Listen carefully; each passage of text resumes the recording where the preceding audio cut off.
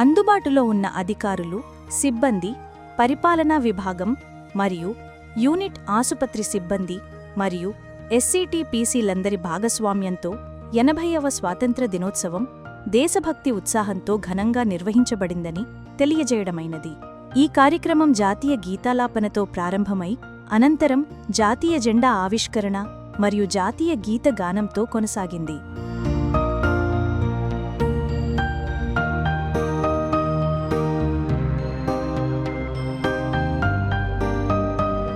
ఈ సందర్భంగా సంస్థకు అందించిన విశిష్ట సేవలు, విధి నిర్వహణ పట్ల అంకితభావం మరియు విలువైన సహకారాన్ని గుర్తించి ప్రశంసనీయమైన సేవలు అందించిన సిబ్బందిని ఏటీఐ ఉత్కృష్ట సేవా పతకం 2025 మరియు ఉత్కృష్ట సేవా పతకం 2025తో సత్కరించారు. విధులను ఎప్పటికీ మర్చిపోకూడదు. దానికి అనుగుణంగానే మనం శ్రమించి పనిచేయాలనేది నా ముఖ్య ఉద్దేశం. అదేవిధంగా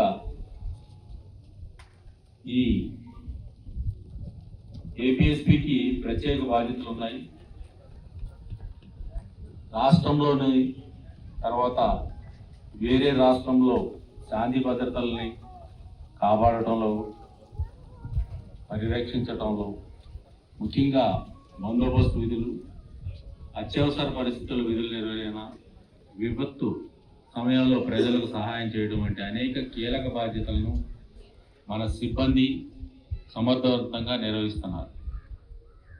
ప్రస్తుతం 31 మంది వివిధ బెటాలియన్కి సంబంధించిన ట్రైనీస్ ఇక్కడ ట్రైనింగ్ అవ్వడం జరిగింది.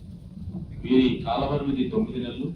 నెక్స్ట్ మంత్తో వీళ్ళు ఈ యూనిట్లో ట్రైనింగ్ అయిపోయి వాళ్ళ యొక్క యూనిట్లో కానీ వేరే చోట కానీ విధులకి వెళ్ళడం జరుగుతుంది.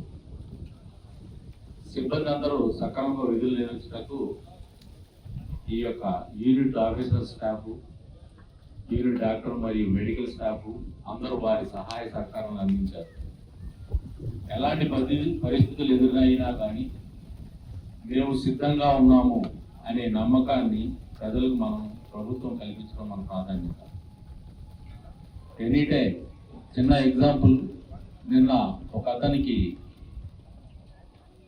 గార్డు దగ్గర చిన్న ఇన్సిడెంట్ జరిగితే దానికి మేము సైతం అని ప్రతి ఒక్కరూ అతన్ని హాస్పిటల్కి తీసుకెళ్ళటం, సఫరీలు చేయటం, డాక్టర్ గారు అది కోఆర్డినేట్ చేసుకోవటం వెంకటగిరి డాక్టర్ గారితో. ప్రస్తుతం అతనికి బాగానే ఉంది, సేఫ్గానే ఉన్నారు. కాబట్టి ప్రతి ఒక్కరు కూడా నేను అనుకోకుండా మనము అనుకున్న దాంట్లోనే యూనిటీ ఉంటుందని చెప్తూ,